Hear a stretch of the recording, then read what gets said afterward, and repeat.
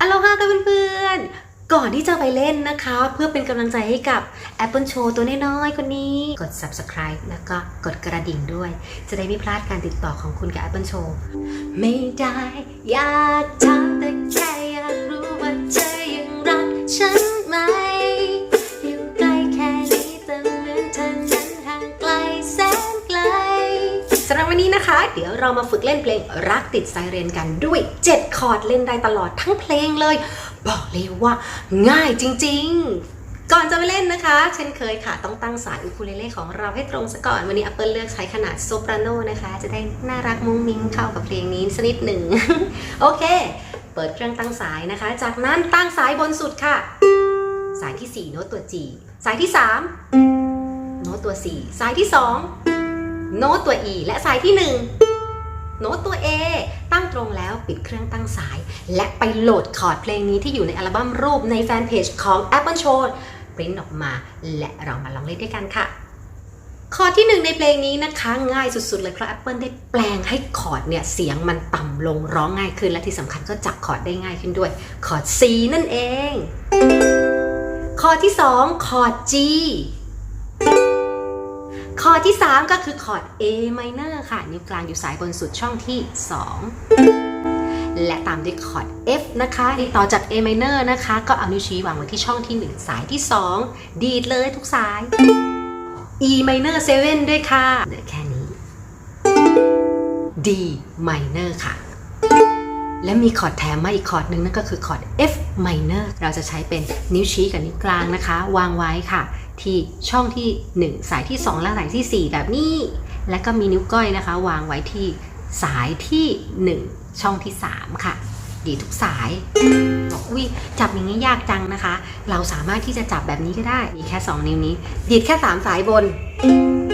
เลือกเอาจะจับแบบไหนก็ได้นะคะทีนี้ไปลองเล่นด้วยกันเลยค่ะเริ่มต้นจากอินโทรก่อนเลยนะคะวนคอร์ดให้ได้ C G A minor F สวยๆดีดลงอย่างเดียว4ครั้งและเปลี่ยนคอร์ดค่ะ1 2 3 4เป็น G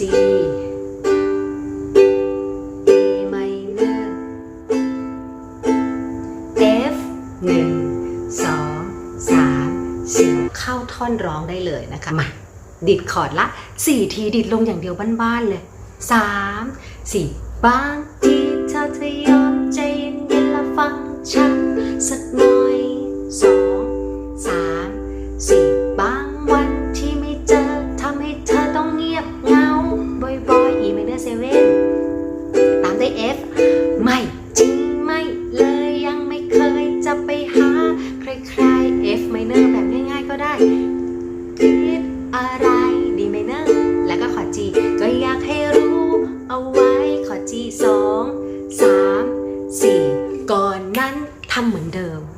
ก่อนนั้นทำเหมือนเดิมนะคะมาลองจับดูถ้าใครรู้สึกว่าเมื่อกี้เร็วเกินไปทำช้ากว่านี้อีกก่อนนั้นเธอจะทำอะไรเธอใจถึงสปอร์ตสำหรับคนที่เล่นได้อย่าเพิ่งปิดนะคะเล่นไปด้วยกันก่อนตอนนี้เธอจะทำอะไรเธอใจหายตลอด E minor 7นะเสร็จแล้วก็ตามด้วยคอร์ด F นะจ๊ะ4ละไม่ดูไม่และไม่แค่เธอจะให้ฉันยังไง F minor แบบ2นิ้วง่ายๆและ D minor เธอไม่คิดอะไรแต่ฉันคิดได้ไหมโอ้เราเล่นให้ครบห้องพอเราเล่นครบห้องแล้วมันจะยันๆหน่อยพอเล่นได้เราค่อยเล่นให้มันมีสเต็ปที่เร็วขึ้นมันก็จะเริ่มเพราะขึ้นแล้วต่อมาท่อนแรปนะจ๊ะจะบอกเลยว่าคอร์ดเนี่ยมันก็เหมือนกับท่อน1กับท่อนที่2นั่นแหละต่างกันแค่แรปถ้าทุกคนแรปได้คุณก็จะร้องได้นั่นเองแต่ว่าถ้าใครรู้สึกเล่นดีลงอย่างเดียวแล้วน่าเบื่อก็เล่นลงขึ้นลง4ก็เครื่องมันแห้งไม่อย่างนั้นก็เน็ตกับเฟสมันลงก็ไหลรั่วอย่าคิดมากทำเสียงแบบไอซ์สื่อสารไม่ต้องพึ่งโนพิราบก็แค่คิดถึงทำแค่นั้นฉันก็ทราบจะไปอยู่ตรงหน้าจะไปหาแน่ๆจะอยู่ที่ไหนจะเปิดไซเรนไปหาเธอแน่ยังไงแค่คิดถึงฉันเอาไว้ลง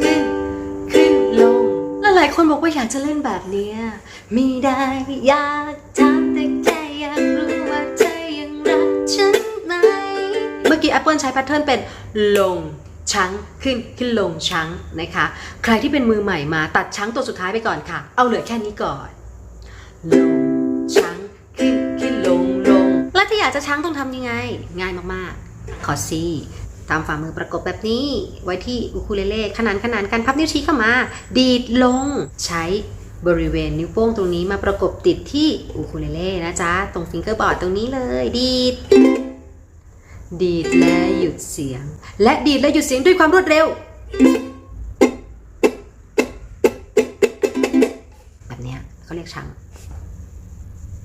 ไม่ได้อยากทำแต่แค่อยากรู้ว่าเธอยังรักฉันไหมอยู่ใกล้แค่นี้แต่เหมือนเธอนั้นห่างไกลแสนไกลใจเธอเห็นคะชังขึ้นลงเปลี่ยนลง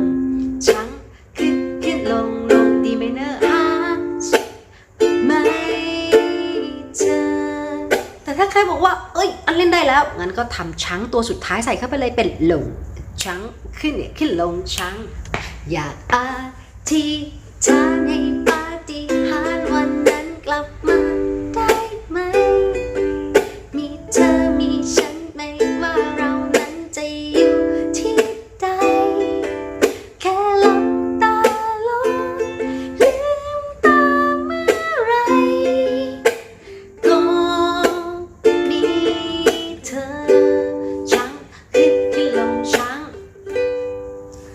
ช่วยดูแลกันชังขึ้นลงชังเปลี่ยนแบบนี้เห็นไหมคะแพทเทิร์นเนี่ยเรามีหลายแบบมากเลยเล่น easy ง่ายสุดๆดิดลงอย่างเดียว4จังหวะและเปลี่ยนคอร์ดพอเริ่มได้แล้วดิดลงขึ้นลงพอเริ่มมีจังหวะจากโคในใจเฮ้ยเราพอได้เราเอาชังเข้ามาใส่ลงชังขึ้นลงเมื่อเรามีกำลังใจ